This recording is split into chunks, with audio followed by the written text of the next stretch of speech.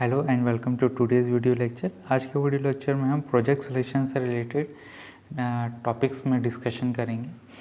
तो project selection होता क्या है ये देखते हैं।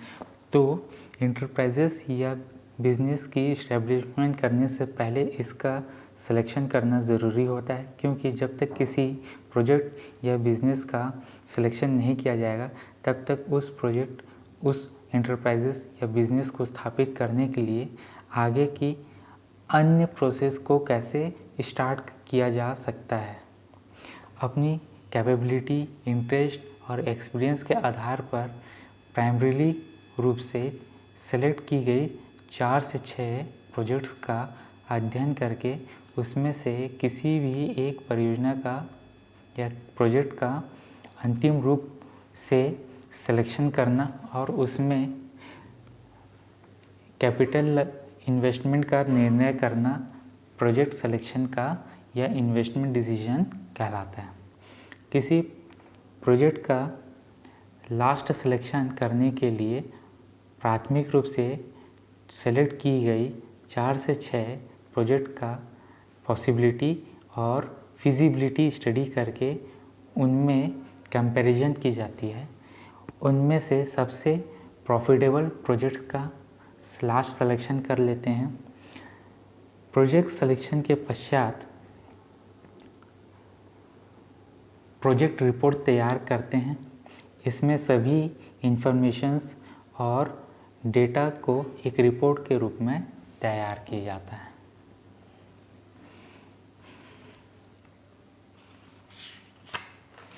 प्रोजेक्ट सिलेक्शन के आधार बेसिस ऑफ प्रोजेक्ट सिलेक्शन या प्रोजेक्ट सिलेक्शन किस आधार पर किया जाते हैं या किस बेसिस पे किया जाता है, उसको हम पॉइंट ऑफ व्यू स्टडी करते हैं। तो किस बेसिस पे करते हैं, जो पहला है प्रोडक्ट, किस टाइप का प्रोडक्ट, माने एंटरप्रेन्योर द्वारा निर्णय लिया जाता है कि जो प्रोडक्शन की जानी है वह क्या होगी, उसकी उत्पादन प्रोसेस क्या होगी या प्रोडक्शन प्रोसेस क्या होगी, फिजिकल एवं मैकेनिकल रिसोर्सेज क्या होंगे तथा उसकी विभिन्न उपयोग क्या होंगे।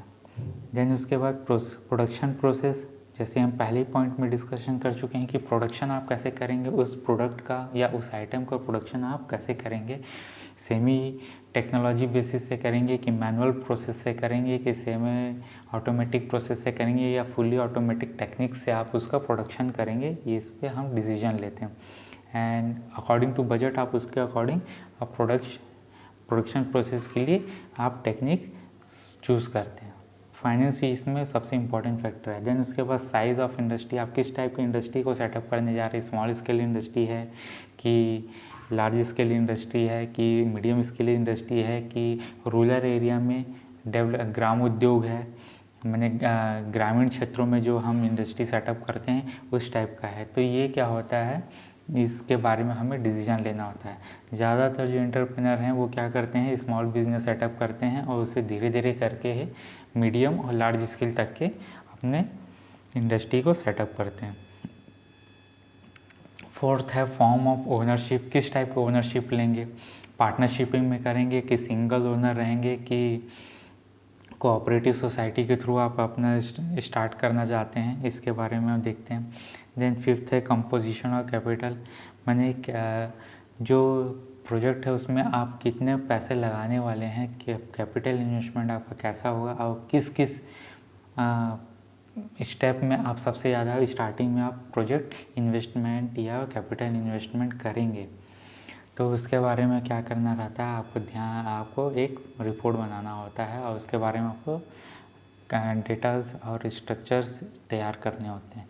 देन सिक्स्थ है आपको वर्किंग कैपिटल, जहाँ पर आपको क्या करना है, वर्किंग कैपिटल माने जब काम स्टार्ट हो जाएगा, जब प्रोडक्शन स्टार्ट हो जाएगा तो आपको किन किन चीज़ों पर आपको खर्चा करना पड़ेगा, उसके बारे में आपको क्या करना है, आपको एक रफ कैलकुलेशन करना होता है। जैसे कि रॉ मटेरियल खरीदेंगे तो उसका पेमेंट करेंगे, एम्प्लॉयज़ हैं तो उनको पेमेंट करेंगे, उनको सैलरी देंगे, स्टेशनरी का आइटम होगा, इलेक्ट्रिसिटी बिल होगा, वाटर का बिल होगा, पैकेजिंग के लिए होगा, ट्रांसपोर्टेशन के लिए आप क्या सुविधा यूज़ करेंगे, कम्युनिकेशन के लिए आप खर्चा वहन करना पड़ेगा, एडवर्टाइजिंग के लिए करना पड़ेगा, मशीन्स अगर स्टार्ट हो गए तो मशीन की मेंटेनेंस करनी पड़ेंगी तो ये डिफरेंट चीज़ें हैं जो वर्किंग कैपिटल्स के अंदर आती हैं, जिनके ऊपर अगर इन प्रकार की कोई भी खर्चे अगर आप अपने एंटरप्राइजेस या बिजनेस में करते हैं तो वो वर्किंग कैपिटल्स कहलाती हैं।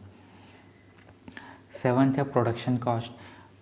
एंटरप्रेन्योर सबसे पहले यही सोचते हैं कि जो प्रोडक्ट वो मार्केट पे लॉन्च कर रहे हैं उसका कॉस्ट क्या होगा, उसके बेसिस पे वो क्या करते हैं, एक कैलकुलेशन करते हैं। देन उसके बाद लेबर रिक्वायरमेंट, किस टाइप के लेबर्स की रिक्वायरमेंट होगी, सेमी स्किल्ड, फुल्ली स्किल्ड, तो उसके बारे में भी आपको क्या करना है। अवेलेबिलिटी, उसके अवेलेबिलिटी है कि नहीं है उसके बारे में भी आपको करना है। देन उसके बाद है 9th है आपका प्लांट लेआउट, यानी आपको डिज़ाइनिंग करनी है आपके प्लांट के बारे में, आपको कैसे कहाँ पर मशीन सेटअप करना है, कैसे आपके शेड बनेंगे, आप कैसे कहाँ पर स्टोरेज रखेंगे, कहाँ पर आप ऑफिस सेटअप करेंगे, तो उसका प्लांट लेआउट आपको बनाना है। देन आपका प्रोजेक्ट साइट, आप कहाँ पर स्थापना करना चाहते हैं अपने प्रोजेक्ट को, उसके बारे में भी आपको क्या करना है, एक रफ कैलकुलेशन आपको करना है प्रोजेक्ट के लिए। देन उसके बाद अवेलेबिलिटी ऑफ रॉ मटेरियल और सर्विस, तो अवेलेबिलिटी माने प्रोजेक्ट के लिए आवश्यक raw material, electricity, water supply, communication आदि की सेवा कहाँ से प्राप्त होगी, इसका भी आपको क्या करना है, डिसीजन लेना है। तो ये 11 पॉइंट्स हैं जिसके बेसिस पे, रफ 11 पॉइंट्स हैं या फिर लमसम जो पॉइंट्स हैं 11 पॉइंट्स, जिसके बेसिस पे हम क्या करते हैं, प्रोजेक्ट का सिलेक्शन करते हैं, वो है। इससे ज़्यादा भी पॉइंट्स हो सकते हैं, लेकिन मेनली ये 11 पॉइंट्स हैं जिसके बेसिस में हम प्रोजेक्ट का सिलेक्शन करते हैं। तो आज के वीडियो लेक्चर में इतना ही।